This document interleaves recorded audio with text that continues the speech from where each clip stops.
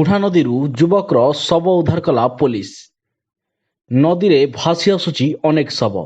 ଅଧିକାଂଶ ଶବଗୁଡ଼ିକର ପରିଚୟ ମିଳିନଥିବାରୁ ପୋଲିସ ପାଇଁ ମୁଣ୍ଡ ବ୍ୟଥାର କାରଣ ସାଜିଛି। ଆଜି ଏକ ଶବ ବୁଢ଼ା ନଦୀରେ ଭାସୁଥିବାର ଦେଖିବାକୁ ମିଳିଛି।